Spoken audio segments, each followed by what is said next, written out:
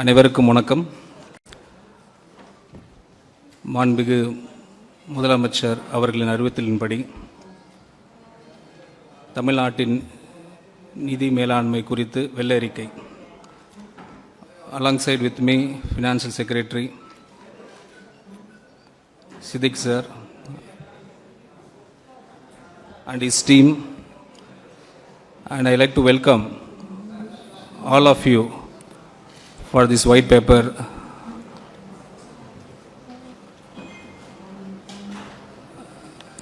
release date. So we will go with the presentation. நான் வந்து ஒரு presentation வாயிலாக உங்களுக்கு எல்லாரையும் எக்ஸ்பிளைன் பண்ண ஆசைப்படுறோம். ஸோ ஒரு ஸ்லைடும் இங்கே ப்ளே பண்ணுவாங்க. அதோட ஒரு ப்ரீஃப் நான் இங்கே ஒரு ஸ்லைடு பற்றி நான் கண்டினியூ பண்ணுவேன். ஒன்ஸ் அது ஒரு 20 to 21 ஸ்லைட்ஸ் இருக்குது. அந்த 21 ஸ்லைட்ஸ் முடிஞ்ச பிறகு we will continue with your questions. So till then, please cooperate with us. Thank you. You go to the first slide. First slide.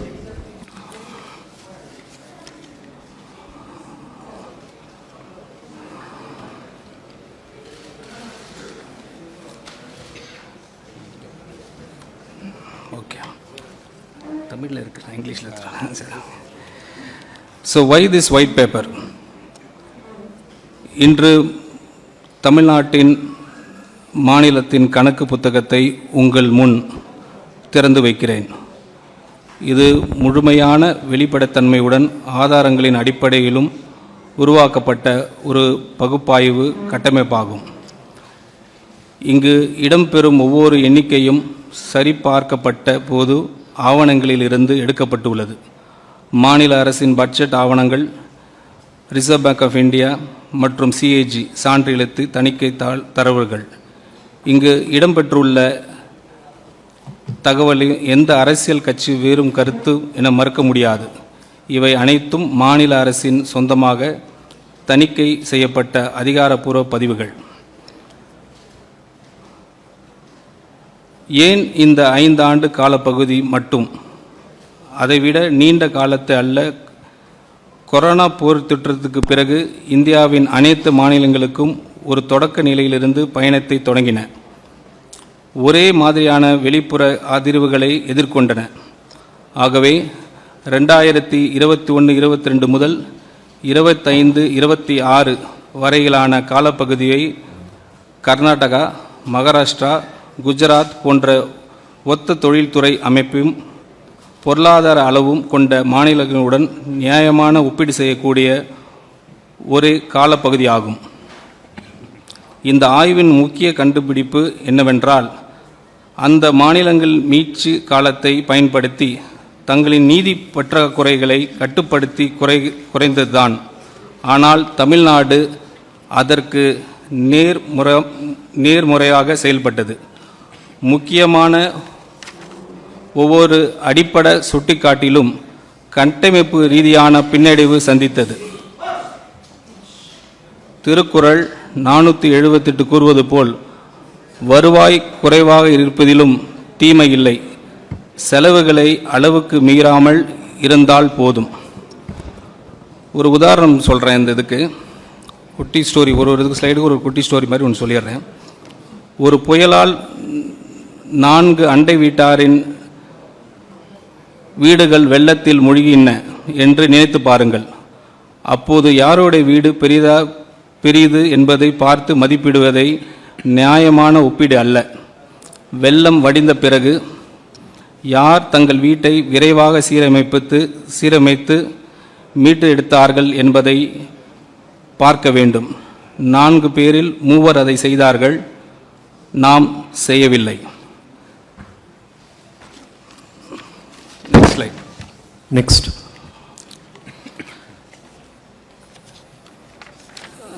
This slide is about 5-year physical snapshot from 2021, 22 to 25 to 26 pre-account. இந்த ஒரே அட்டைவணை முழு கதையும் ஒரே பார்வையிலே சொல்லிவிடுகிறது.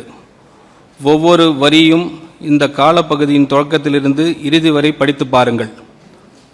வருவாய் பற்றாக்குறை ரூபாய் 78,324 கோடியாக உயர்ந்துள்ளது. இதுவரை இல்லாத அதிகபட்சம்.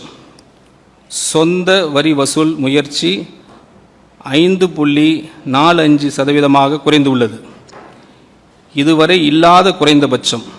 மூலதன செலவு 1.44% குறைந்துள்ளது. இது ஒப்பிடும்போது மாநிலங்களில் மிக குறைவு. கட்டாய செலவுகள் 64.4 உயர்ந்துள்ளன. இது ஒப்பிடும் மாநிலங்களில் மிகவும் அதிகம். கடன் 28.3% அளவிலேயே நிலைத்துள்ளது. எந்தவித நிதி ஒருங்கிணையும் இல்லை. மேலும் FRBM சட்டத்தின் 3% பற்றாக்குறை வரம்பு ஒவ்வொரு ஆண்டும் மீறப்பட்டுள்ளது. ஒரு உதாரணம், 5 ஆண்டுகளாக ஒருவரின் ஆண்டு உடலை அறிக்கையில் இரத்த அழுத்தம், இரத்த சர்க்கரை, உடல் எடை மற்றும் கொலஸ்ட்ரால் ஆகிய அனைத்தும் தொடர்ந்து மோசமடைந்து கொண்டே இருந்தால் ஒரு அளவில் மட்டுமே கவலைக்குரியதாக ஆகலாம். ஆனால் அனைத்தும் ஒரே நேரத்தில் தவறான திசையில் நகர்ந்தால் அது வெறும் கவலை அல்ல, அது ஒரு தெளிவான நோய் அறிதல். Next slide.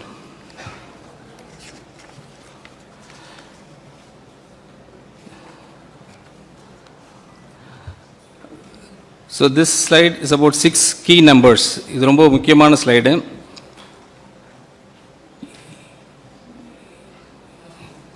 நீங்கள் 6 எண்கள் மட்டும் நினைவில் வைத்துக் கொள்ள வேண்டுமெனில் இந்த 6 எண்களை நினைவில் வைத்துக் கொள்ளுங்கள். ரூபாய் 10 லட்சம் கோடி நேரடி கடன், ரூபாய் 78,324 கோடி வருவாய் பற்றாக்குறை, இதுவரை இல்லாத அதிகபட்சம். GSTPயில் சொத்து வரி வருவாய், சொந்த வரி வருவாய் வெறும் 5.45%. இது நமது வரலாற்றிலேயே மிக குறைந்த அளவு. ஒவ்வொரு வருவாய் ரூபாயிலும் ரூபாய் 22.8 பைசா வட்டி செல்வதற்கே செல்கிறது. வருவாயில் 64.4 ஏற்கனவே கட்டாய செலவுகளுக்காக ஒதுக்கப்பட்டுள்ளது. எந்த புதிய முடிவையும் எடுப்பதற்கு முன்பே அது செலவாகிவிடுகிறது. மேலும் தலைப்பு செய்திகளில் தோன்றும் எண்ணிக்கை மறைத்துவிடும் முக்கியமான உண்மை. பொதுத்துறை நிறுவனங்களில் கடன்களையும் சேர்த்தால் மாநிலத்தின் உண்மையான மொத்த நிதிசார் பொறுப்பு 13.18 லட்சம் கோடியாக உயர்கிறது. ஒரு உதாரணம், ஒரு குடும்பத்தின் நிதிநிலை ஆரோக்கியமாக இருக்கிறதா அல்லது முழுகி கொண்டு இருக்கிறதா என்பதை வங்கி கணக்கு புத்தகம் ஒரு நொடியில் சொல்லிவிடும்.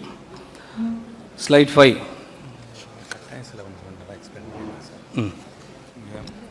இந்த இதில் கட்டாயம் செலவுன்னு ஒன்று வருது இல்லையா, அதனால் என்ன அர்த்தம்னா, நம்ம கவர்மெண்ட் வந்து வட்டிக்காக செலவு பண்ணுறது, சேலரிஸ்க்காக செலவு பண்ணுறது, பென்ஷன்ஸ்க்காக செலவு பண்ணுறது, இந்த 3 ஐட்டம் டுகெதர், அது 3 ஐட்டம் மட்டுமே 64% வந்து வருவாயிலேருந்து 66% வருது. இந்த 3 ஐட்டம். நெக்ஸ்ட் ஸ்லைட் சொல்லிட்டிங்களா? ஓகே. ஸோ சஸ்டைனபிள் டெப்ட் nearly doubled in 5 years. Next slide அதை பற்றி பேசுகிறோம். இந்த முழு ஆவணத்திலே மிக முக்கியமான ஒரு உண்மை கவனியுங்கள். இந்த 5 ஆண்டு காலப்பகுதியில் மட்டும் தமிழ்நாடு ரூபாய் 4.87 லட்சம் கோடி புதிய கடனை சேர்த்து உள்ளது. அதாவது சுதந்திரத்துக்கு பிறகு மாநிலம் தனது முதல் 60 years சேர்ந்த மொத்த கடனை விட இந்த ஒரே 5 ஆண்டில் சேர்க்கப்பட்ட கடன் அதிகமாக உள்ளது. கடன் ஆண்டுக்கு சராசரியாக 14.3% வளர்ந்து உள்ளது. ஆனால் மூலதன முதலீடு வெறும் 8.3 மட்டுமே வளர்ந்து உள்ளது. இது நாம் கட்டமைப்புகளை உருவாக்குவதற்கு அல்ல, அன்றாட செலவுகளை சமாளிப்பதற்கான கடன் வாங்குகிறோம் என்பதற்கான தெளிவான சான்றாகும். ஒருவருக்கான கடன் பொறுப்பு கிட்டத்தட்ட இரட்டிப்பாகி ரூபாய் 1,28,934 உயர்ந்துள்ளது. இன்று தமிழ்நாட்டில் பிறக்கும் ஒவ்வொரு குழந்தையும் ₹1 கூட பொருளாதாரத்துக்கு பங்களிப்பதற்கு முன்பே இந்த கடன் பொறுப்புடன் பிறக்கிறது.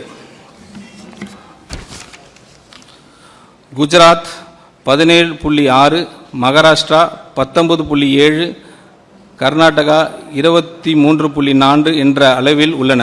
ஆனால் தமிழ்நாடு 28.3% என்ற நிலையிலே உள்ளது. இது பொதுவாக பாதுகாப்பானதாக கருதப்படும் 20% வரம்பை மிகவும் தாண்டியுள்ளது. ஒரு உதாரணம், ஒரு குடும்பம் வீடு கட்டப்பட்டதிலிருந்து கடந்த 60 ஆண்டுகளில் வாங்கிய மொத்த கடனை விட கடந்த 5 ஆண்டுகளில் அதிகமாக கடன் வாங்கியுள்ளது என்று நினைத்து பாருங்கள். அதிலும் அந்த கடன் புதிய சொத்துக்களை உருவாக்க அல்ல, அன்றாட செலவுகளை சமாளிக்க பயன்படுத்தியுள்ளது. Next slide. So 6th slide, interest now crowds out investment. அந்த ஸ்லைடில் நம்ம இப்போ ப்ரீஃப் பண்ணுறேன்.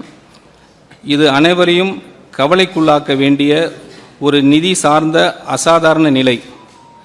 நமது ஆண்டு வட்டி செலவு ₹67,050 கோடியாக உயர்ந்து மாநிலத்தின் மொத்த மூலதன செலவை திட்டமான ₹50,911 கோடியாக தெளிவாக மிஞ்சியுள்ளது. அதாவது எதிர்காலத்தை உருவாக்குவதற்காக செலவிடும் ஒவ்வொரு ரூபாய்க்கும் கடந்த கால கடன்களில் வட்டியை செலுத்துவதற்காக ₹1.32 செலவாகிறது. இந்த நிலை முதலாக 2017-18 ஆண்டில் உருவானது. அதன் பிறகு ஒவ்வொரு ஆண்டும் இந்த இடைவெளி மேலும் விரைவடைந்து கொண்டே வருகிறது. தற்போது வட்டி செலவு மொத்தம் வருவாயில் 22.8 உள்ளது. இது விகிதம் கர்நாடகாவில் 16.4% ஆகும், குஜராத்தில் 12% ஆகும், மகாராஷ்டிராவில் வெறும் 10.3 மட்டுமே. மேலும் தமிழ்நாட்டின் சொந்த வரி வருவாயில் 34.8 வட்டி செலவிற்கே செல்கிறது. அதாவது மாநிலத்தின் சொந்த வரி வசூல் இயந்திரம் ஈட்டும் ஒவ்வொரு ₹3 ஒன்றுக்கு அதிகமான தொகை எந்த ஒரு நலத்திட்டத்திற்கும் ஒதுக்கப்படுவதற்கு முன்பே பழைய கடன்களின் வட்டி செலுத்துவதில் கரைந்து விடுகிறது.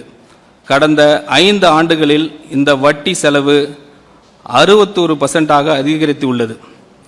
ஒரு உதாரணம், ஒரு குடும்பத்தில் மாதந்தோறும் செலுத்தும் கடன் வட்டி குழந்தைகளின் கல்விக்காக செலவிடும் தொகையை விட அதிகமாகிவிட்டது என்று நினைத்து பாருங்கள். அது மட்டும் அல்லாமல் வீட்டை மேம்படுத்துவதற்காக ஒதுக்கப்பட்ட முழு பட்ஜெட்டையும் அது மிஞ்சிவிட்டது. அதாவது கடந்த காலத்தின் சுமை எதிர்காலத்திற்கான முதலீட்டை விழுங்கி கொண்டிருக்கிறது. Slide 7. Structural revenue deficit highest ever record. நமது வருவாய் பற்றாக்குறை ₹78,324 கோடியாக உயர்ந்துள்ளது. இது ஜிஎஸ்டிபியின் 2.22% ஆகும். மேலும் இது வரலாற்றிலே இல்லாத உச்ச அளவாகும். இதில் மிகவும் கவலைக்குரிய விஷயம் என்னவென்றால் அது பற்றாக்குறை கொரோனா பெருந்தொற்றத்தின் உச்ச ஆண்டை விடவும் அதிகமாக உள்ளது. ஆனால் இப்போது அதற்கு ஒப்பான எந்த வெளிப்புற அதிர்ச்சியும் காரணமாக இல்லை. இதன் பொருள் மிகவும் தெளிவானது. நம் சொத்துக்கள் உருவாவதற்காக அல்ல, அன்றாட நிர்வாக செலவுகளை சமாளிப்பதற்காகவே கடன் வாங்கி கொண்டிருக்கிறோம். இது ஒரு தற்காலிக பிரச்சனை அல்ல. 2013-14 முதல் ஒவ்வொரு ஆண்டும் தொடர்ந்து காணப்படும் கட்டமைப்பு ரீதியான பிரச்சனையாகும். மேலும் இங்கு ஒரு நம்பகத்தன்மை சிக்கலும் உள்ளது. இந்த வருவாய் பற்றாக்குறை முழுமையாக நீக்குவதற்கான காலக்கெடுவை முந்தைய ஆட்சிகள் நிதி பொறுப்பு சட்டத்தில் திருத்தம் செய்து 8 முறை தள்ளிப்படப்பட்டுள்ளன. 2009, 2011, 2012, 2017, 2020, 2022, 2024, 2026, இப்போது 2027 என நிர்ணயிக்கப்பட்டுள்ளது. ஆனால் 2027 என்றும் இலக்கும் எட்டப்படாமல் போகும் நிலை உள்ளது. இதற்கிடையில் குஜராத் வருவாய் உபரியுடன் செயல்படுகிறது.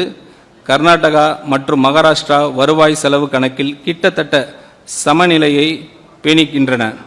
இந்த குறிப்பீட்டில் தமிழ்நாடு அவற்றில் இருந்து முற்றிலும் வேறுபட்ட பாதையில் சென்றுவிட்டது. ஒரு உதாரணம், வீடு வாங்குவதற்காக கடன் எடுத்தால் இறுதியில் உங்களிடம் ஒரு வீடு இருக்கும். ஆனால் ஒவ்வொரு மாதமும் மளிகை பொருட்கள் வாங்குவதற்கான கடன் எடுத்தால் இறுதியில் எஞ்சுவது கடன் மட்டுமே. மேலும் வங்கியிடம் கடனை திருப்பி செலுத்தும் தேதியை 8 முறை சொல்லி ஒவ்வொரு முறையும் அந்த வாக்குறுதியை மீறினால் நம்பிக்கை எவ்வாறு இழக்கப்படுகிறது என்பதற்கான சிறந்த உதாரணம் இதுவே. Slide 8. Own tax effort at historic low, a policy failure. So அந்த ஸ்லைட் எக்ஸ்பிளைன் பண்ணுறேன் நான். இப்போ ஒரு காலத்தில் வருவாய் திரட்டலில் இந்தியாவிற்கே முன் உதாரணமாக இருந்தது தமிழ்நாடு. 2006-7 ஆண்டில் நமது சொந்த வரி வருவாய் ஜிஎஸ்டி பின் 8.94 என்ற உச்ச நிலையை எட்டியது. ஆனால் இன்று அது வெறும் 5.45% குறைந்துள்ளது. இது வரலாற்றிலேயே மிக குறைந்த அளவு. நமது சொந்த உச்ச நிலையை அடிப்படையை கொண்டு கணக்கிட்டால் ஆண்டுதோறும் சுமார் ரூபாய் 1.23 லட்சம் கோடி வருவாயை நாம் இழந்து வருகிறோம். இது மாநிலத்தின் மொத்த நிதி பற்றாக்குறையின் சுமார் 90% அளவுக்கு சமமான தொகையாகும். இங்கு ஒரு உண்மையை நேர்மையாக ஒப்புக்கொள்ள வேண்டும். 2022, 23 மற்றும் 23-24 ஆண்டுகளில் இந்த விகிதம் தற்காலிகமாக 6.33% மற்றும் 6.22 உயர்ந்தது. ஆனால் இது உண்மையான நிர்வாக சீர்திருத்தங்களின் விளைவு அல்ல. கொரோனா காலத்தில் ஒத்திவைக்கப்பட்டிருந்த வருவாய்கள் பின்னர் கணக்கில் சேர்க்கப்பட்டதன் தாக்கம் அது. அந்த முன்னேற்றத்தை தொடர்ந்து நிலைநிறுத்த நாம் தவறிவிட்டோம். இந்த வருவாய் இழப்பிற்கான 4 முக்கிய கசிவுகள் அனைவருக்கும் தெரிந்தவை. ஜிஎஸ்டி, வணிக வரித்துறையில் நிலவும் முறைகேடுகள் மற்றும் சரியான மதிப்பீடு செய்யப்படாத பரிவர்த்தனைகள். 2, முத்திரைத்தாள் கட்டணம் ஸ்டாம்ப் டியூட்டி, சந்தை மதிப்பை விட குறைவாக நிர்ணயிக்கப்பட்ட வழிகாட்டி மதிப்புகள். 3, மதுபான வருவாய் எக்ஸைஸ், ஒப்பிடப்படும் மாநிலங்களில் மிகவும் குறுகிய உரிமையளிப்பு முறை காரணமாக முறைசாரா சந்தை வளர்வதற்கான வாய்ப்பு. 4, சுரங்கத்துறை மைனிங், பரந்த இயற்கை வளங்கள் இருந்தும் கசிவுகளை காரணமாக நிலையான மற்றும் குறைந்த வருவாய் மட்டும் கிடைப்பது. இதில் மிக முக்கியமான செய்தி நம்பிக்கை அளிப்பதாகும். புதிய வரிகள் விதிக்காமல் கூட நிர்வாகத்தை நவீனப்படுத்தி இந்த கசிவுகளை அடைப்பதன் மூலம் மாநிலம் கணிசமாக அதிக வருவாய் ஈட்ட முடியும். அதில் ஒரு எக்ஸாம்பிள், 4 ஓட்டைகள் உள்ள ஒரு தண்ணீர் தொட்டியை போல அதில் மேலும் தண்ணீர் ஊற்றுவது, அதாவது புதிய வரிகள் விதிப்பது தீர்வு ஆகாது. முதலில் அந்த 4 ஓட்டைகளையும் அடைக்க வேண்டும். Move on to the next slide. Slide 9. Revenue receipts and central transfer.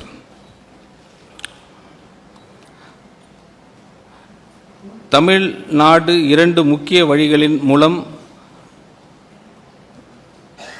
மத்திய அரசை சார்ந்துள்ளது. முதலாவது, மத்திய வரி பகிர்வில் நமக்கு கிடைக்கும் பங்கு.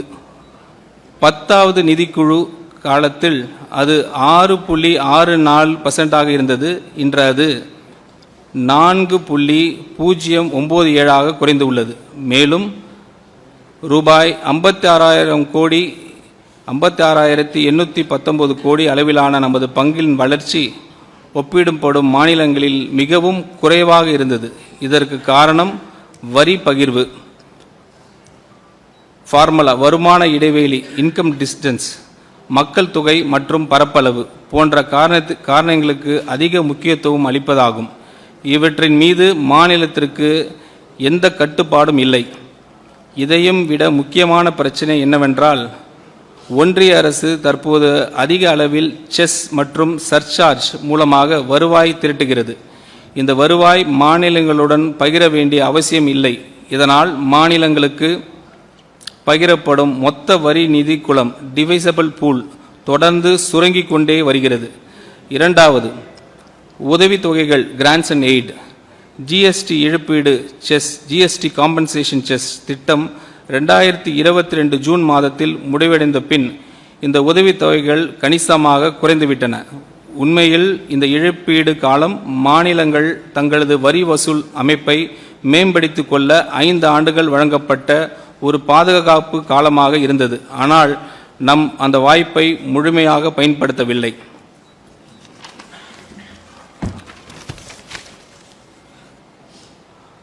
ஆனால் இவை அனைத்தும் கூறிய பிறகும்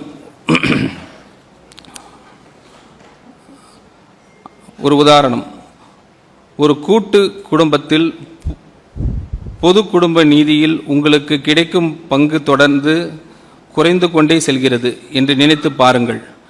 மேலும் முன்பு வாக்குறுதி அளிக்கப்பட்ட பரிசு இப்போது நீங்கள் ஏற்க முடியாத ஒரு நிபந்தனையுடன் வழங்கப்படுகிறது.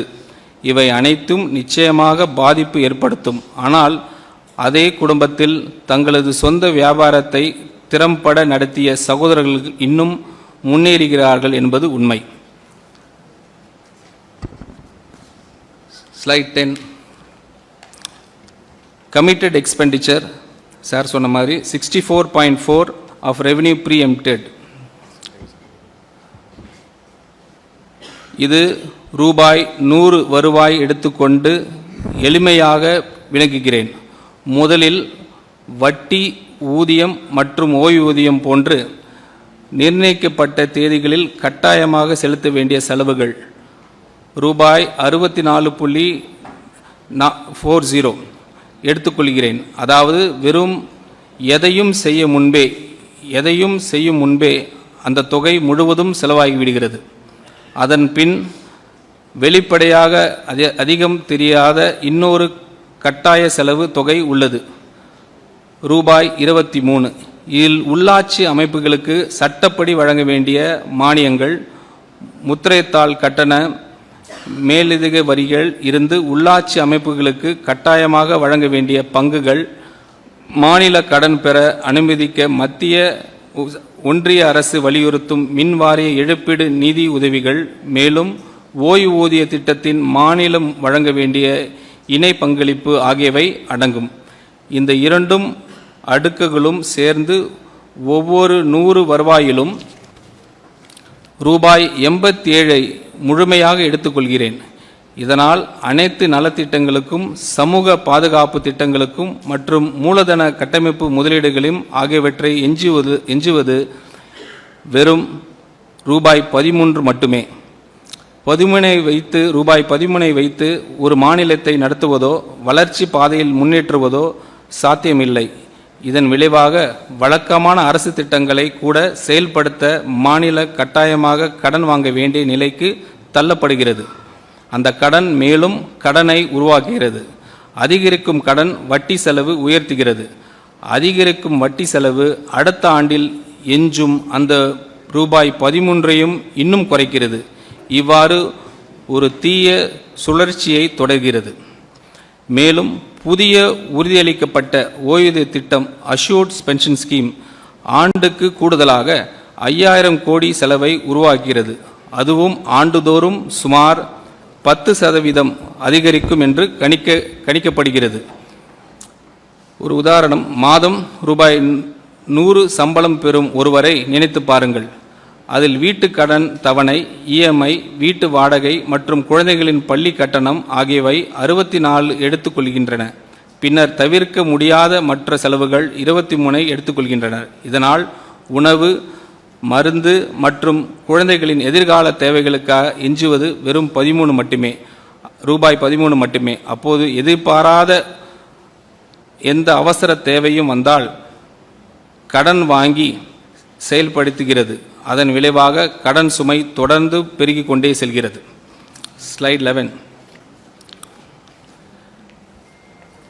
CAPEX crowded out lowest in peer groups. நுகர் செலவுகள் கட்டாய நிலையான செலவுகளும் பெரும்பாலான வருவாய் சாப்பிடுறதனால் எதிர்காலத்தை உருவாக்குவதற்கு ஒதுக்கப்படும் நிதி கிட்டத்தட்ட மறைந்துவிட்டது. நமது மூலதன செலவு கேபிட்டல் எக்ஸ்பெண்டிச்சர் ஜிஎஸ்டிபின் 1.44 குறைந்து உள்ளது. இது ஒப்பிடும் மாநிலங்கள் பட்டியலில் மிகவும் குறைந்த அளவாகும். குஜராத் தனது ஜிஎஸ்டிபின் 2.86 அளவிற்கு முதலீடு செய்கிறது. ஆனால் தமிழ்நாடு அதில் பாதி அளவான முதலீட்டை மேற்கொள்கிறது. மொத்த அரசு செலவினத்தில் மூலதன உருவாக்குவதற்கான பங்கு தமிழ்நாட்டில் வெறும் 11.8 மட்டுமே. இது விகிதம் குஜராத்தில் 26.8 ஆகும். கர்நாடகாவில் 17 உள்ளது. நாம் இந்த 5 ஆண்டு காலத்தில் தொடக்கத்தில் இருந்து 1.79 என்ற நமது சொந்த விகிதத்தை கூட தக்க வைத்திருந்தால் கடந்த 3 ஆண்டுகளில் கூடுதலாக 28,217 கோடியை மதிப்பிலான சொத்துக்களை உருவாக்கியிருப்போம். அந்த தொகையில் 1000 கிலோமீட்டருக்கு அதிகமான அதிக நெடுஞ்சாலைகள் அமைக்க முடியும் அல்லது 30 அதிநவீன சிறப்பு மருத்துவமனைகள் உருவாக்க முடியும் அல்லது 2000 பள்ளி கட்டிடங்கள் கட்டியிருக்க முடியும். மேலும் இந்த பாதிப்பு ஒரு ஆண்டுக்குள் முடிவதில்லை. அது தொடர்ச்சியான தாக்கத்தை ஏற்படுத்துகிறது. ஏனெனில் தனியார் முதலீடுகள் பெரும்பாலும் அரசின் உள்கட்டமைப்பு முதலீடுகளை பின்பற்றுகின்றன.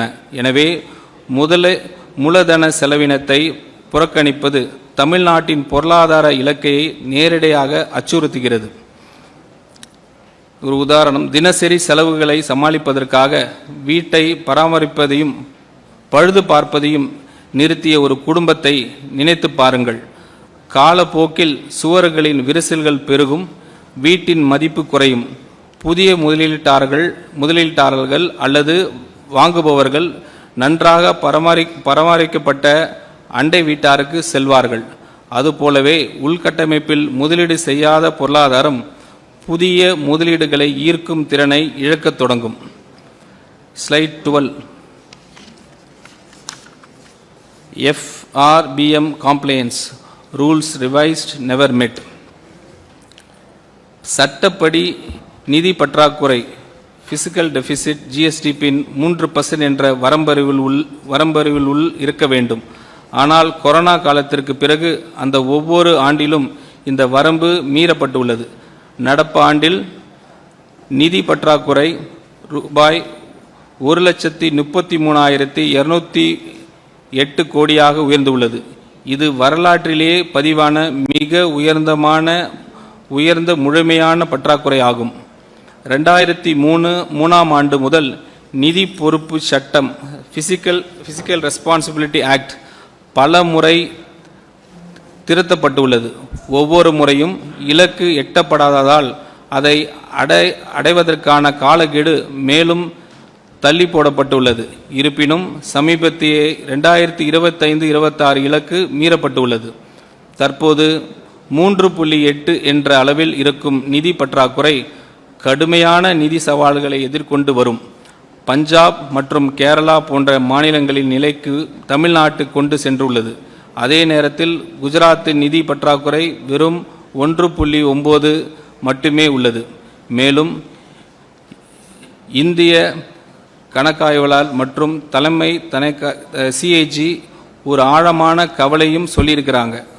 ஒவ்வொரு ஆண்டும் உண்மையான நிதி பற்றாக்குறை பட்ஜெட் மதிப்பீடில் பட்ஜெட் எஸ்டிமேட்ஸ் கூறப்பட்ட அளவை விட அதிகமாக உள்ளது. அதாவது சட்டமன்றத்திற்கு தொடர்ந்து மிகைப்படுத்தப்பட்ட நம்பிக்கையூட்டும் எண்ணிக்கைகளை வழங்கப்பட்டு வந்துட்டிருக்கு என்பது அதன் பொருள். எனவே நிதி நிலைமை சீர் செய்வதோடு மட்டுமல்லாமல் அரசின் நிதி அறிக்கைகள் மீதான நம்பிக்கைத்தன்மையும் மீட்டு எடுப்பது தீர்வின் முக்கிய அங்கமாகும். ஒரு உதாரணம், இந்த கடனை நிச்சயம் அடைந்து விடுவோம் என்று அலாரம் வைத்துவிட்டு 20 ஆண்டுகளாக அதை தொடர்ந்து ஒத்தி வைத்து வருவதைப் போல், அதாவது ஜனவரி மாதம் குடும்பத்தினரிடம் இந்த ஆண்டாவது சேமிப்போம் என்று கூறிக்கொண்டே 20 ஆண்டுகளாக எதுவும் செய்யாமல் அப்படியே விட்டுவிட்டா அதுதான் சூழல் இப்போ. Slide 13. Contingent liabilities, the hidden debt. இன்னைக்கு தலைமை செய்திகளில் தெரியும் கடன் எண்ணிக்கை தாண்டி மறைந்து இருக்கும் நிதி சுமையை பார்ப்போம். நேரடி அரசு கடனை உள்ளே ரூபாய் 10 லட்சம் கோடிக்கு அப்பால் மாநிலத்தின் பொதுத்துறை நிறுவனங்களில் ரூபாய் 3,18,176 கோடி அளவிலான மறைமுக ஆஃப் பட்ஜெட் பொறுப்புகள் உள்ளன. இதனால் மாநிலத்தின் உண்மையான மொத்த நிதிசார் பொறுப்பு ரூபாய் 13.18 லட்சம் கோடியாக உயர்கிறது. இதில் மிகப்பெரிய ஆபத்து மின் துறையில்தான் உள்ளது. தமிழ்நாடு மின்வாரிய குழுமம் டிஎன்இபி குரூப் ரூபாய் 1,82,361 கோடி அளவிலான குவிந்த இழப்புகளையும் 2,47,130 கோடி கடனையும் சுமந்து வருகிறது. கடந்த 5 ஆண்டுகளில் இந்த அமைப்பு தொடர்ந்து செயல்படுவதற்கு மட்டுமே அரசு ரூபாய் 1,45,185 கோடி பொது நிதியை வழங்கியுள்ளது. அது மட்டும் இல்லாமல் உச்ச நீதிமன்றம் உத்தரவின் காரணமாக அடுத்த 5 ஆண்டுக்கு கூடுதலாக ரூபாய் 11,800 கோடி வழங்க வேண்டிய கட்டாயம் ஏற்பட்டு உள்ளது. அதேபோல் மாநில போக்குவரத்து கழகங்கள் ரூபாய் 72,607 கோடி இழப்பை சந்தித்து உள்ளன. அவை இயங்கும் ஒவ்வொரு கிலோமீட்டருக்கும் ரூபாய் 78.81 செலவாகும் நிலையில் வருவாயாக கிடைப்பது வெறும் 25 ரூபாய் மட்டுமே. மேலும் தமிழ்நாடு நுகர்பொருள் வணிக கழகத்தின் சிவில் சப்ளைஸ் செயல்பாடு மூலதன கடன் 27,181 கோடியாக உயர்ந்துள்ளது. இதற்கான முக்கிய காரணம் உயர்ந்துள்ளது. உதாரணம், ஒரு தந்தை நஷ்டத்தில் இயங்கும் 3 குடும்ப கடைகளுக்காக அமைதியாக ஜாமீன்தாராக கையெழுத்திட்டு உள்ளார் என்று நினைத்து பாருங்கள். அந்த கடன்கள் அவரது பெயரில் இல்லாமல் இருக்கலாம். ஆனால் ஆண்டுதோறும் அந்த கடைகள் மேலும் நஷ்டமாகின்றன. ஜாமீன் பொறுப்புகள் பெருகி கொண்டே செல்கின்றன. ஒரு நாள் அந்த கடன்களுக்கான முழு பொறுப்பையும் அவருடைய கதவை தட்டும். அதுபோலவே பொதுத்துறை நிறுவனங்கள் இழப்புகளுக்கு கடன்களும் இறுதியில் மாநில அரசின் நிதி சுமையாக மாறுகின்றன. Slide 14. The true debt picture. இப்போது முழு படத்தையும் ஒரு சேரா பார்ப்போம். சட்டமன்றத்தில் அதிகாரப்பூர்வமாக காட்டப்படும் ரூபாய் 10 லட்சம் கோடி நேரடி அரசு கடன் மாநிலத்தின் பொதுத்துறை நிறுவனங்கள் சுமக்கும் ரூபாய் 3,18,176 கோடி கடன்களையும் சேர்க்க வேண்டும். அதில் மின் விநியோகத்துறையின் கடன் ரூபாய் 1.7 லட்சம் கோடி, மின் உற்பத்தி துறையின் கடன் 1.3 லட்சம் கோடி, மின் பரிமாற்ற துறையின் கடன் ரூபாய் 31,000 கோடி, போக்குவரத்து கழகங்களின் கடன் ரூபாய் 44,000 கோடி. இது இல்லாமல் நுகர்பொருள் வணிக கழகத்தின் கடன் ரூபாய் 27,000 கோடி ஆகவே அடங்கி இருக்கின்றன. இதனுடன் குடிநீர் வாரியங்களில் ரூபாய் 7,776 கோடி குவிந்து இழப்புகளையும் சேர்க்க வேண்டும். மேலும் அரசின் உத்தரவாத பொறுப்புகள் கேரண்டிஸ் 65,659 கோடியில் இருந்து ரூபாய் 1,79,782 கோடியாக, அதாவது கிட்டத்தட்ட 3 மடங்கு உயர்ந்துள்ளன. இந்த அனைத்தும் சேர்த்து பார்த்தால் மாநிலத்தின் உண்மையான மொத்த நிதிசார் பொறுப்பு சுமார் 13.18 லட்சம் கோடி ஆகிறது. இந்த பெரிய வித்தியாசம் சட்டமன்றத்தில் தாக்கல் செய்யப்படும் வழக்கமான பட்ஜெட் ஆவணங்களில் முழுமையாக தெரிவதில்லை. அந்த மறைமுக தன்மையை முடிவுக்கு கொண்டு வந்து மாநிலத்தின் உண்மையான நிதிநிலையை வெளிப்படையாக மக்களுக்கும் சட்டமன்றத்திற்கும் முன்வைப்பதற்காக இந்த வெள்ளை அறிக்கை வெளியிடப்பட்டுள்ளது. அன்றாட வாழ்க்கையில் ஒரு ஒரு ஒரு உதாரணம், ஒரு குடும்பம் வங்கியிடம் தனது வீட்டு கடனை பற்றி மட்டும் சொல்லுது என்று நினைத்து பாருங்கள். ஆனால் குடும்ப தொழிலுக்காக மகள் மற்றும் மகன் பெயர்களில் எடுக்கப்பட்ட கடன்கள் குறித்து எதுவும் சொல்லப்படவில்லை. சில காலம் அது மறைந்திருக்கலாம். ஆனால் ஒரு கட்டத்தில் அந்த குடும்பம் தனது மொத்த கடன் சுமையின் உண்மையான அளவு எதிர்கொள்ள வேண்டிய சூழல் தவிர்க்க முடியாமல் வரும். அதே போலவே மாநிலத்தின் முழுமையான நிதி பொறுப்புகளும் ஒரு நாள் முழுமையாக கணக்கில் எடுத்துக்கொள்ளப்பட வேண்டிய அவசியம் இருக்கு. Slide 15.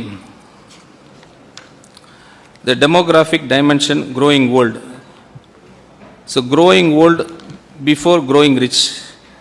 இந்த அறிக்கையில் உள்ள ஒவ்வொரு எண்ணின் பின்னாலும் ஓடிக்கொண்டிருக்கும் நேர்கடிகாரம் இதுதான். இந்தியாவின் முக்கிய மாநிலங்கள் எதையும் விட வேகமாக முதியோர் சமூகமாக மாறிக்கொண்டிருப்பது தமிழ்நாடு தான். 2011ஆம் ஆண்டில் 10.6 இருந்த முதியோர் மக்கள் தொகை பங்கு 2031ஆம் ஆண்டில் 18.2 உயரும் என கணிக்கப்படுகிறது. மேலும் 2100ஆம் ஆண்டளவில் தமிழ்நாட்டின் மக்கள் தொகையில் கிட்டத்தட்ட பாதி பேர் முதியவர்களாக இருப்பார்கள். அதே நேரத்தில் தேசிய சராசரி சுமார் 27% மட்டுமே இருக்கும். வேலை செய்யக்கூடிய வயதினரின் ஒர்க்கிங் ஏஜ் பாப்புலேஷன் பங்கு ஏற்கனவே தனது உச்ச நிலையை எட்டியுள்ளது. இனி அது குறையத் தொடங்கும். அதே சமயம் முதியோர் சார்பு விதம் ஓல்ட் ஏஜ் டிபெண்டன்சி ரேஷியோ 20.6 இலிருந்து 32.7 உயரும். அதாவது வருமானம் ஈடுபவர்கள் குறைவாகவும் அவர்கள் சார்ந்து வாழ்பவர்கள் அதிகமாகவும் இருப்பார்கள். இதனுடன் சுகாதார செலவுகள், ஓய்வூதிய செலவுகள் தொடர்ந்து உயரும்.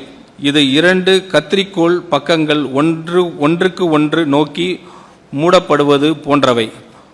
சிசஸ் எஃபெக்ட்னு சொல்லுவாங்க. ஒரு பக்கம் வருவாய் ஈடுபவர்கள் குறைகிறார்கள், மற்றொரு பக்கம் செலவுகள் அதிகரிக்கின்றன. இதுவே கடன் வலையின் டெப்ட் ட்ராப் அடிப்படை செயல்முறையாகும். இன்று தமிழ்நாடு மக்கள் தொகை அமைப்பின் வளத்தை டெமோகிராஃபிக் ஸ்ட்ரென்த் கொண்டிருக்கும் போதே நிதிநிலையை சீர் செய்வதற்கான வாய்ப்பு உள்ளது. ஆனால் அந்த வாய்ப்பின் சாரம் ஆண்டுதோறும் சுருங்கி கொண்டே வருகிறது. ஒவ்வொரு ஆண்டும் பின்னர் செலுத்த வேண்டிய விலையை மேலும் அதிகரிக்கிறது. எளிய வார்த்தைகளில் சொல்ல வேண்டுமென்றால் தமிழ்நாட்டில் மிகப்பெரிய ஆபத்து என்னவென்றால் செல்வந்த மாநிலமாக மாறுவதற்கு முன்பே முதியோர் மாநிலமாக மாறிவிடுகிறது. ஒரு உதாரணம், ஒரு குடும்பத்தின் முக்கிய வருமானம் ஈட்டும் உறுப்பினர்கள் ஓய்வு பெறும் வயதை அடைந்துவிட்டனர். ஆனால் அவர்கள் மாற்றி புதிய வருமானம் ஈடுபடுபவர்கள் உருவாக்கவில்லை என்று நினைத்து பாருங்கள்.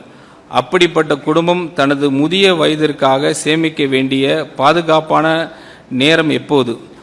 வருமானம் இன்னும் கிடைத்து கொண்டிருக்கும் இப்போதுதான், வருமானம் நின்ற பிறகு அல்ல. அதே போலவே தமிழ்நாட்டின் நிதி நிலைமையை சீர் செய்வதற்கான சிறந்த நேரம் இப்போதுதான். Slide 16. Post COVID consolidation failure for 4 policies cause. தமிழகம் இப்படிப்பட்ட பொருளாதார சிக்கலால் மாட்டிக்கொண்டதற்கான 4 முக்கிய காரணங்கள் உள்ளன. அதை தவிர்த்து அவற்றில் ஒவ்வொன்றையும் மாற்றம் அதிகாரமும் மாநில அரசிடம் இருந்தது. வெளிப்புற அதிர்ச்சிகளால் உருவாக்கப்பட்ட அல்ல. முதலாவது, ஆண்டுக்கு ரூபாய் 25,000 கோடி வரை செலவாகும் புதிய நலத்திட்ட பொறுப்புகள் அறிமுகப்படுத்தப்பட்டனர். ஆனால் அவற்றை நிலையான முறையில் நீதி அளிக்கும் தேவையான இணையான வருவாய் ஆதாரங்கள் உருவாக்கப்படவில்லை. இரண்டாவது, மிக முக்கியமான வரி மற்றும் நிர்வாக சீர்திருத்தங்கள் தொடர்ந்து ஒத்திவைக்கப்பட்டன. 2017ஆம் ஆண்டில் இருந்து ஜிஎஸ்டி இழப்பீடு திட்டம் ஒரு நாள் முடிவுக்கு வரும் என்பது அனைவருக்கும் நல்லாவே தெரிந்தது. திடீரெல்லாம் நிறுத்தல இருந்த போதிலும் அந்த மாற்றத்திற்காக தயாராக வேண்டிய நடவடிக்கைகள் பொதுவான அளவில் மேற்கொள்ளப்படவில்லை. மூன்றாவது, அன்றாட நிதி பற்றாக்குறைகளை சமாளிப்பதற்காக மூலதன செலவுகளை தொடர்ந்து பலியிடப்பட்டன. அதன் விளைவாக ரூபாய் 31,055 கோடி மதிப்பிலான சொத்து உருவாக்க வாய்ப்பு இழக்கப்பட்டது. நான்காவது, மாநிலத்தின் பொதுத்துறை நிறுவனங்கள் PSU நீண்ட காலமாக இருந்து வந்த கட்டமைப்பு ரீதியான பலவீனங்கள் சரி செய்யப்படாமல் விடப்பட்டன.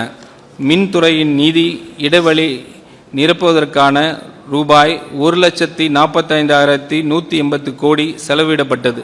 போக்குவரத்து துறையின் செலவுகள் டபுள்டு. நுகர்பொருள் வணிக கழகத்தின் கடன் 27,181 கோடியாக உயர்ந்தது. இங்கே நான் மிகவும் தெளிவாக சொல்ல விரும்புவது ஒன்று உள்ளது. நலத்திட்டங்கள் தமிழ்நாட்டின் பெருமைக்குரிய பாரம்பரியம் தொடரும். பிரச்சனை ஒருபோதும் நலத்திட்டங்களில் அல்ல. பிரச்சனை என்னவென்றால் அவற்றை நீண்ட காலம் தாங்கி செல்வது தேவையான வருவாய் ஆதாரங்களை உருவாக்காமல் புதிய நலத்திட்டங்களை அறிமுகப்படுத்துவதில்தான் உள்ளது. அன்றாட வாழ்வில் ஒரு எக்ஸாம்பிள், ஒரு குடும்பத்தின் வருமானம் குறைந்த பிறகும் அது புதிய பெரிய மாதத்திர செலவுகள் பொறுப்புகள் ஏற்றுக்கொள்கிறது என்று நினைத்து பாருங்கள். அதே நேரத்தில் செலுத்த வேண்டிய வரிகளை தொடர்ந்து ஒத்தி வைக்கிறது. வீட்டை பராமரிக்காமல் சிதைய விடுகிறது. மேலும் நஷ்டத்தில் இயங்கும் குடும்பத்தை தொழிலுக்கு அதை சீர்திருக்கி தொடர்ந்து பணம் செலுத்தி கொண்டே இருக்கிறது. இவற்றில் ஏதேனும் ஒன்றை தனியாக சமாளிக்க முடியும். ஆனால் இந்த 4 ஒன்றாக நடந்தால் அதுவே ஒரு குடும்பத்தை நிதி நெருக்கடிக்குள் தள்ளும் பாதையாக மாறிவிடும். ஸ்லைட் 17.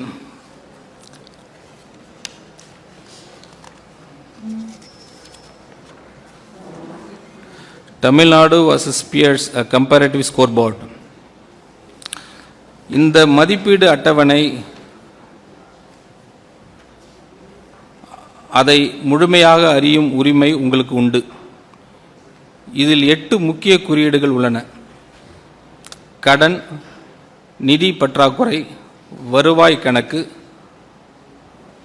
சொந்த வரி வசூல் திறன், வட்டி சுமை, கட்டாய செலவுகள், மூலதன செலவுகள் மற்றும் அரசின் உத்தரவாத பொறுப்புகள். இந்த 8 குறிப்பீடுகளையும் கர்நாடகா, மகாராஷ்டிரா மற்றும் குஜராத் ஆகிய மாநிலங்களுடன் ஒப்பிடும்போது தமிழ்நாடு கடைசி இடத்தில் உள்ளது.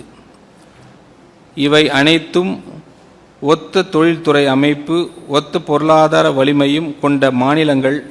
மேலும் கொரோனா காலத்திற்கு பிறகு அவை அனைத்தும் ஒரே தொடக்க நிலையிலிருந்து மீட்சி பயணத்தை தொடங்கின. ஒரு தொடக்க புள்ளியில் இருந்து தொடங்கி ஒரு போட்டியை ஓடி அதன் ஒவ்வொரு கட்டத்திலும் கடைசி இடத்தில் முடித்தால் அதற்கு காரணம் பிரச்சனை வெளிப்புற சூழ்நிலை இல்லை. இந்த வேறுபாடு வீதியில் உருவானதல்ல, நாம் எடுத்த முடிவுகளால் தான் உருவானது. அன்றாட வாழ்க்கையில் ஒரு எளிய உதாரணம். உங்கள் வகுப்பு தோழர்களிடம் மதிப்பெண் பட்டியலுடன் உங்கள் மதிப்பெண் பட்டியலும் அருகருகே வைக்கப்பட்டிருந்தால் என்று நினைத்து பாருங்கள். அனைவரும் ஒரே பள்ளியில் படித்தவர்கள், ஒரே பாடத்திட்டத்தை பின்பற்றியவர்கள், ஒரே தேர்வு எழுதியவர்கள். ஆனால் ஒவ்வொரு பாடத்திலும் நீங்கள் கடைசி இடத்தில் இருந்தால் அதற்கான நேர்மையான பதில் மதிப்பெண் பட்டியல் மறைப்பதல்ல, மாறாக நாம் எவ்வாறு படிக்கிறோம் என்பதை மாற்றுவதை சரியான பதிலாகும். Slide 18. The year ahead 2026-27 budget under scrutiny. இப்போது இந்த ஆண்டில் நிர்வகிக்க வேண்டிய நிதி இன்ஹெரிட்டன்ஸ் பார்ப்போம். இதில் உள்ள எண்ணிக்கைகளை குறித்து நாம் முழு வெளிப்படையை தன்மையுடன் பேச விரும்புகிறேன். இடைக்கால பட்ஜெட், இன்ட்ரிம் பட்ஜெட். மாநிலத்தின் சொந்த வரி வருவாய் ஒரு ஆண்டில் 19% வளரும் என்று கணித்துள்ளது. ஆனால் கடந்த 2 ஆண்டுகளில் கிடைத்த உண்மையான வளர்ச்சி வெறும் 6.8 மற்றும் 7.7 மட்டுமே. நடைமுறைக்கு ஏற்ற வகையில் 8% வளர்ச்சியை மட்டும் எடுத்துக்கொண்டால் பட்ஜெட்டில் இன்ட்ரிம் பட்ஜெட்டில் கணிக்கப்பட்டதை விட சுமார் 21,000 கோடி குறைவான வருவாய்தான் கிடைக்கும். மேலும் பட்ஜெட்டில் தவிர்க்க முடியாத 2 பெரிய செலவுகள் முழுமையாக அதில் காட்டவில்லை. ஒன்று, மின்வாரிய நிறுவனங்களின் இழப்பு ஈடுகட்ட ஆண்டுதோறும் வழங்க வேண்டிய சுமார் 16,000 கோடி நிதி உதவி. மற்றொன்று, உச்ச நீதிமன்றம் உத்தரவின் அடிப்படையில் கட்டாயமாக செலுத்த வேண்டிய ரூபாய் 11,800 கோடி. இதன் விளைவாக பட்ஜெட்டில் ரூபாய் 48,696 கோடி என காட்டப்பட்டுள்ள வருவாய் பற்றாக்குறை நடைமுறையில் சுமார் ரூபாய் 87,000 கோடியாக இருக்கும் வாய்ப்பு உள்ளது. அதாவது உண்மையான நிலையை விட கிட்டத்தட்ட 79% குறைவாக கணக்கிடப்பட்டுள்ளது. அதேபோல் உண்மையான நிதி பற்றாக்குறை பிசிக்கல் டெபிசிட் சுமார் ரூபாய் 1.6 லட்சம் கோடியாக இருக்கக்கூடும். ஆனால் மாநிலம் சட்டப்படி பெறக்கூடிய அதிகபட்சம் கடன் வரம்பு ரூபாய் 1,52,144 கோடி மட்டுமே. எனவே ஒரு புதிய திட்டத்தை கூட தொடங்குவதற்கு முன்பே ரூபாய் 8,000 கோடிக்கு அதிகமான நிதி இடைவெளி ஃபண்டிங் கேப் உருவாகிறது.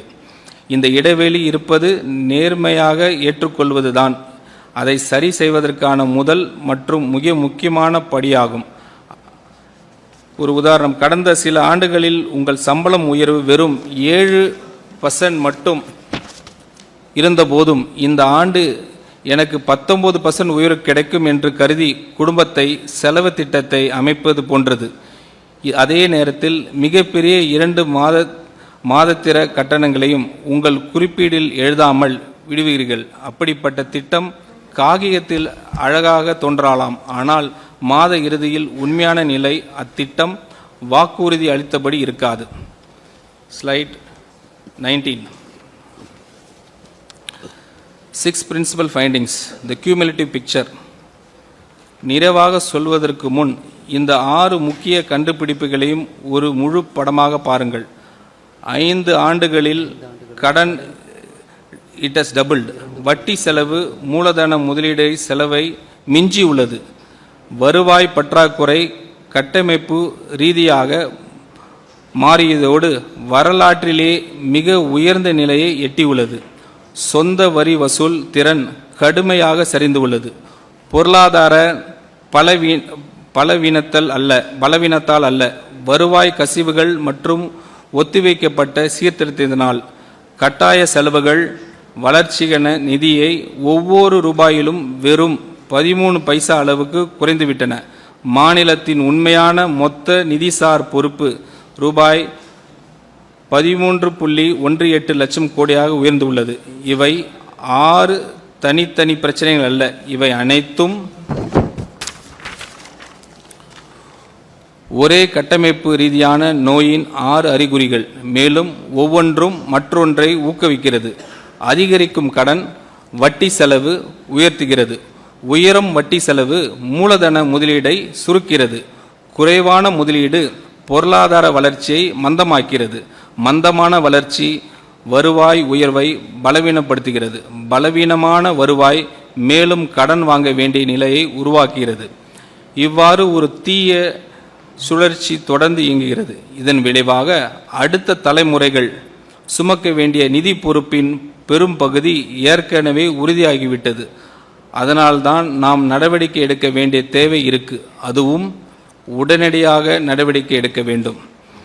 ஒரு உதாரணம், இது 6 வெவ்வேறு நோய்கள் அல்ல, ஒரு நோய் 6 விதமான அறிகுறிகள் வெளிப்படுத்துகிறது. ஒவ்வொரு அறிகுறியும் தனித்தனியாக சிகிச்சை அளித்தால் முழுமையான குணமடைய முடியாது. நோயின் அடிப்படை காரணத்தை ஒருங்கிணைத்து முறையில் சிகிச்சை அளிக்க வேண்டும். மேலும் அது தாமதமாக அல்ல, ஆரம்பத்திலே செயல்பட வேண்டும். Slide 20. The way forward challenging but not hopeless.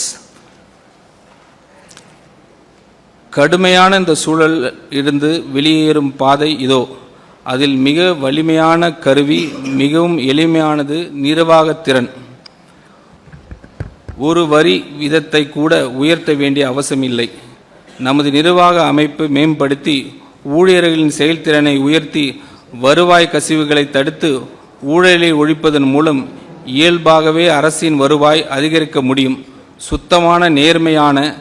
சுத்தமான நேர்மையான நிர்வாகமே ஒரு முக்கியமான நிதிசார் சொத்தாக மாறுகிறது.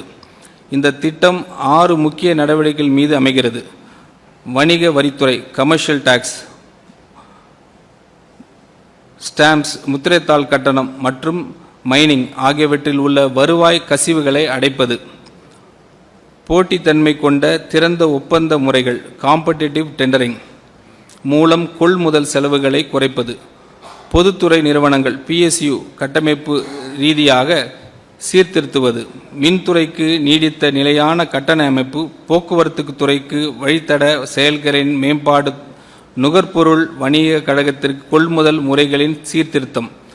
ஏற்கனவே மாநிலத்திடம் உள்ள அதிகாரங்களை பயன்படுத்தி வருவாய் அதிகரித்து வழிகாட்டி நில மதிப்புகளை சந்தை மதிப்பிற்கு அருகில் கொண்டு வந்தால், மதுபான உரிமை வழங்கும் அமைப்பை விரிவுபடுத்தல், சுரங்க நிர்வாகத்தை நவீனப்படுத்துதல், செலவினத்தை நுகர்வு நோக்கிலிருந்து மூலதன முதலீடு நோக்கத்தை மாற்றுவது. ஏனெனில் உள்கட்டமைப்பு முதலீடுகளை தனியார் முதலீடுகளை ஈர்க்கவும் சக்தி கொண்டவை. CAG சுட்டிக்காட்டிய இடைவெளிக்கு சுருக்கி நேர்மையான மற்றும் யதார்த்தமான பட்ஜெட் கணிப்புகளை வழங்குவது. இந்த நடவடிக்கைகள் அனைத்தும் மாநில அரசின் நேரடி அதிகார வரம்பிற்குள் உள்ளவை. இதில் எதுவும் குடிமக்கள் மீது கூடுதல் வரி சுமையை ஏற்படுத்துவதில்லை. நிர்வாக சீர்திருத்தங்கள் மூலமே மக்களுக்கான புதிய நலத்திட்டங்களை நிதி அளிக்கும் தேவையான நிதி இடத்தை, பிசிக்கல் ஸ்பேஸ் உருவாக்க முடியும். ஒரு உதாரணம், ஒரு குடும்பம் தனது நிதி நிலையை சீர் செய்வதற்கு உடனடியாக இரண்டாவது வேலையை தேடுவதில்லை. மாறாக பணம் வெளியேறும் கசிவுகளை அடைகிறது, தேவையற்ற அதிக செலவுகளை நிறுத்துகிறது. நஷ்டத்தில் இயங்கும் கடையை தொடர்ந்து பணம் ஊற்றி நடப்பதற்கு பதிலாக அதை சீர்திருத்துகிறது. மேலும் தனது வரவு செலவு கணக்கை நேர்மையாக பதிவு செய்கிறது. இது கடினமான பாதையாக இருக்கலாம், ஆனால் நிலையானதும் செயல்படுத்தக்கூடியதாகும்.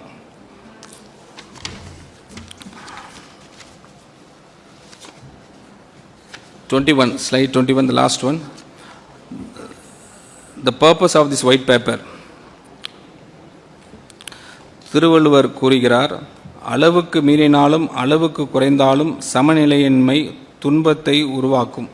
அவர் உடல்நலத்தை பற்றி கூறிய இந்த உண்மை ஒரு மாநிலத்தின் நிதிநிலைக்கும் அப்படியே பொருந்துகிறது. இந்த வெள்ளை அறிக்கை 3 முக்கிய நோக்கங்கள் உள்ளன. வெளிப்படைத்தன்மை, டிரான்ஸ்பரன்சி. அரசு, சட்டமன்றம் மற்றும் மக்கள் அனைவரும் முழுமையான தகவலின் அடிப்படையில் விவாதிக்கவும் முடிவெடுக்கவும் உண்மைகள் மற்றும் ஆதாரங்களின் அடிப்படையில் தயாரிக்கப்பட்ட நிலையில் பதிவு வழங்குவது. பொறுப்புணர்வு, அக்கௌண்டபிலிட்டி. நிதி சிக்கலுக்கு வழிவகுத்து 4 கொள்கை காரணங்கள் நேர்மையாக அடையாளம் காட்டுவது. வருவாய் ஆதாரமின்றி மேற்கொள்ளப்பட்ட புதிய பொறுப்புகள், தொடர்ந்து ஒத்திவைக்கப்பட்ட சீர்திருத்தங்கள், பலியிடப்பட்ட மூலதன முதலீடுகள், சீர்திருத்தப்பட்ட பொதுத்துறை நிறுவனங்கள். 3rd கரெக்ஷன், திருத்தம். வருவாய் கசிவுகளை அடைத்து அரசு செலவுகளின் தரத்தை உயர்த்துவது. பொதுத்துறை நிறுவனங்கள் சீர் செய்து கடன் சுமையை பொறுப்புடன் நிர்வகிப்பது. மேலும் இந்த ஒரு பட்ஜெட்டையும் தாண்டி நீடிக்கும் தூய்மையான ஊழலற்ற நிர்வாகத்தை வழங்குவது. இந்த எண்ணிக்கைகள் மனதில் வைத்துக் கொள்ளுங்கள். 10 லட்சம் கோடி நேரடி அரசு கடன், 78,324 கோடி வருவாய் பற்றாக்குறை. ஒவ்வொரு குடிமகனின் தலையிலும் ரூபாய் 1,28,934 கடன் பொறுப்பு. ரூபாய் 13.18 லட்சம் கோடி உண்மையான மொத்த நிதிசார் பொறுப்பு.